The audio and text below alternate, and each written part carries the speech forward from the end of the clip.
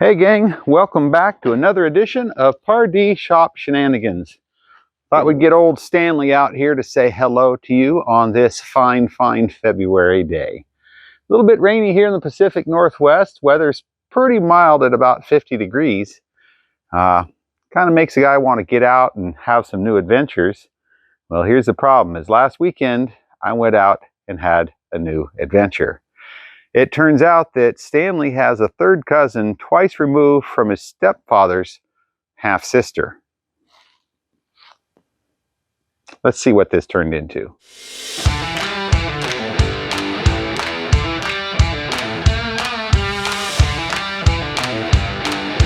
Ain't she a beaut? Yep, this is Mildred, Stanley's third cousin. With something that looks like this and as redneck as it is, it could only be Stanley's third cousin. What do you see odd about this picture? Is it the mismatched fender? No. Is it the stacks, the pipes coming out the back here that are falling over? No. Maybe it's the moss? No. Maybe it's the fact that you see two rear axles. Yes. In fact, not only do you see two rear axles, but this tandem axle is actually, they are both drive axles, if you can believe that. Look at that. Pinion in, pinion out, pinion in. This is an anomaly. I picked this thing up last weekend, found it on Marketplace. I'd seen it out about a month earlier. It was sitting in the brambles and the bushes, and I thought, nah, better pass on it. And then it popped up again last weekend, and I made the mistake of reaching out to see what the bottom dollar was. And I came home with this treasure. It's a 1962 half-ton Chevy pickup. It's got that Apache fender on it, not original to it. Somebody beat me just by the weekend on the grill. It had a really nice grill, but here's a picture of how I found it. Sitting in some blackberries and some ferns all around it. And so after digging it out and going through a few learning experiences and new words with my poor little winch pulling uphill in the mud, we finally got her loaded up. Now, I'm not really sure what I'm going to do with this. I did post this on a Facebook page for Chevy C10s and C20s, 60 through 66 pickups. And a lot of guys are saying, oh, you need to build that, make a car hauler out of it, and it's unique, and it's this and that. And they're right, but I really don't need another project. I see a bumper that's going to look really nice on Stanley. And a few other things we're going to look at also. Now, unfortunately, I can't open the doors just yet. Mechanisms are kind of buggered up and I can't get it open. The other side rattles a bit, so I've got some work to do there. Overall, the cab is actually, under all this moss, not in horrible condition. I mean, definitely some rust, definitely a little bit of rot. This fender's had some fiberglass repair done on it. Otherwise, pretty solid. This has had some work done on it, but this little truck was somebody's hot rod at some point in the past. And that'll be evidenced by some things we'll look at in a little bit. But first, let's take a look at this interesting concoction. Now, I'm fairly certain, let's see if I can get this out a little bit easier to see. I'm fairly certain that this was a short wheelbase pickup based on where the hump is here. I'm pretty sure this is where the coil springs were. It had the ladder bar or the traction bar. I don't know the proper name for it, that would come out both sides for the rear end. This measures, what did I measure? 108 inches, I think it was, center to center, which I think is about what a short wheelbase C10 would be. Now, someone took from this point forward, there's a weld right here, and a little later I'll get this out with a pressure washer cleanup, we'll have a better look. But from here back is a donor frame. And while this might be all that's really holding it together, this and the suspension, I have to admit, somebody took some real time. They actually plumbed the brakes to all 4 back tires. It had air shocks on it. There were remnants of a 12-foot flatbed wood bed on it. I just flopped that all over because it was so rotten, and left it behind in the bushes there. You can see some interesting little add-ons here. I look at over here, it's just welded on, no bolts through here or anything. So creative, A+. Safe, maybe a D-. Who gives a darn in its era because it was fun? A+, right? Just an interesting concoction. Love these rims. These slotted mag rims have always been a favorite of mine. I'm guessing since there are 5 of them, somebody had them a full set that they put on here and put the mismatch on the back.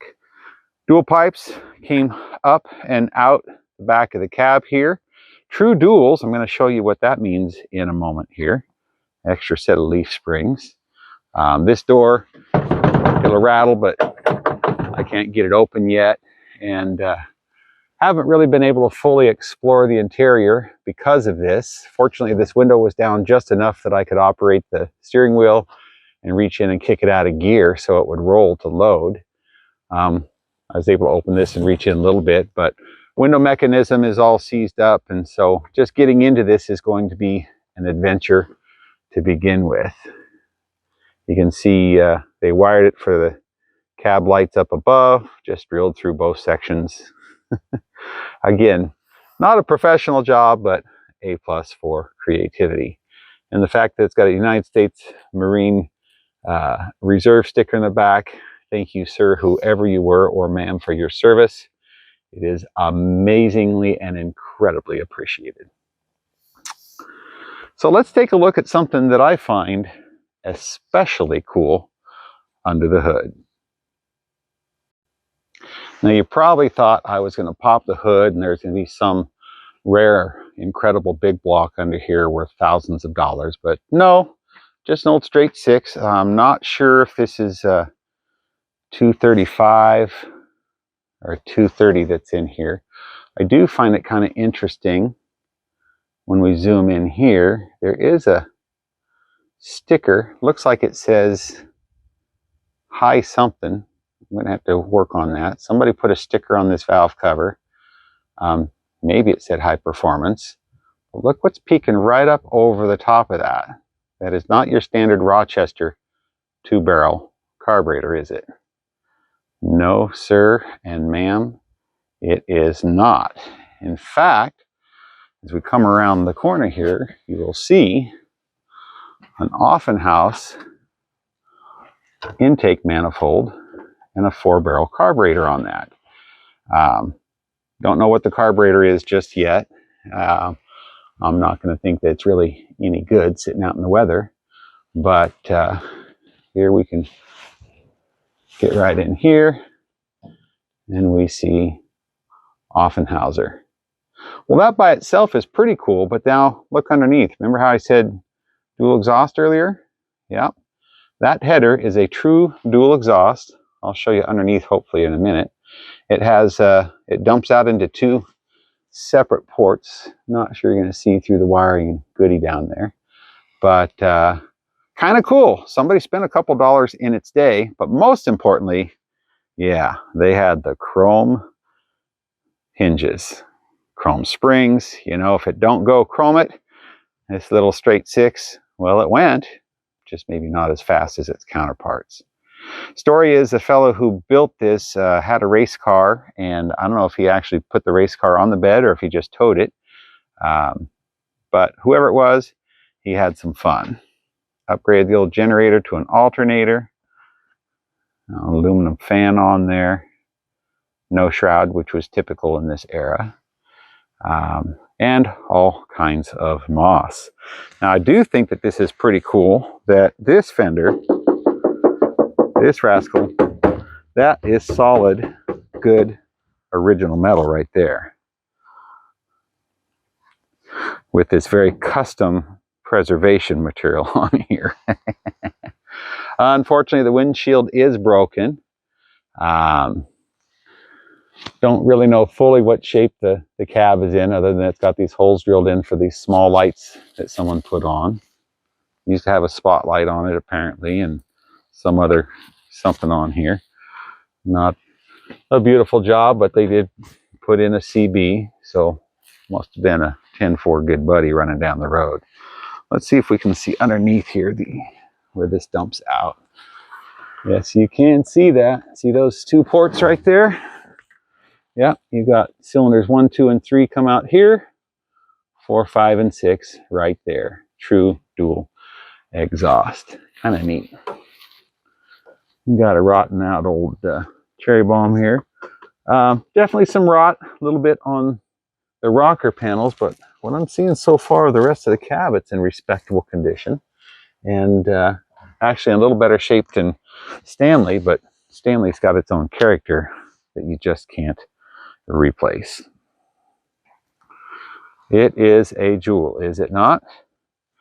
So I'm going to get Mildred off the trailer, get it on the ground, see if the engine is stuck. If it's not, or if it is stuck, I'll throw some Marvel Mystery Oil in those cylinders, let that soak, and we get the pressure washer after it, get it cleaned up, and let's see. Let's see what next steps might bring. Goodness. Getting this thing out of the stick. Oh gosh, yeah. It was parked with the nose uphill on a drive that I was probably 150 yards into that I had no turnaround. Okay, so let's get this loose here. This was my safety in case Johnny Law had a problem with it. Come on now.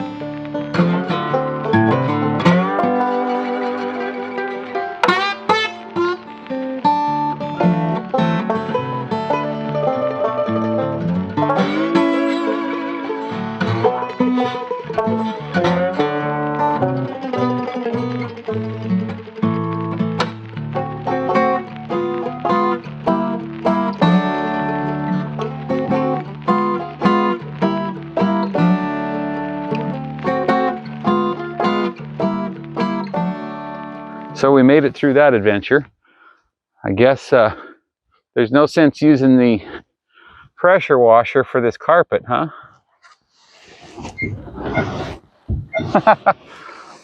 Look, there's a hood under there.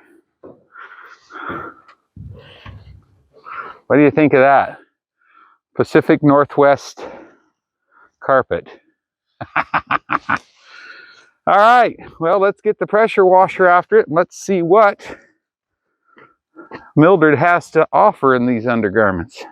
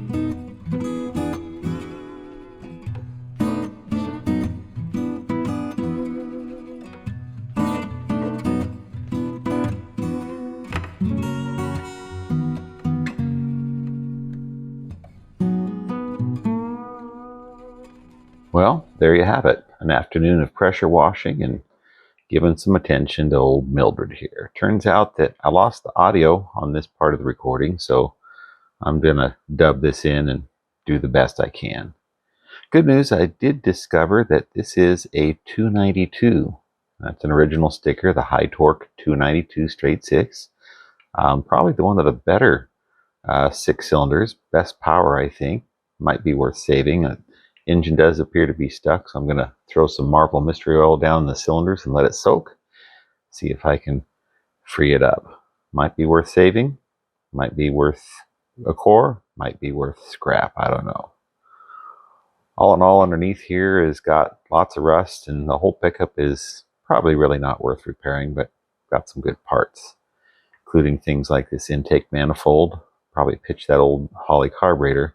I'm definitely keeping those headers.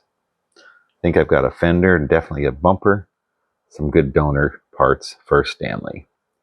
Right here I'm talking about probably not very important things, but that's okay. What matters is you joined me for an afternoon of fun. Hit subscribe, hit like, and turn on those notifications. Remember, go out and make someone smile. You both deserve it. Bob out.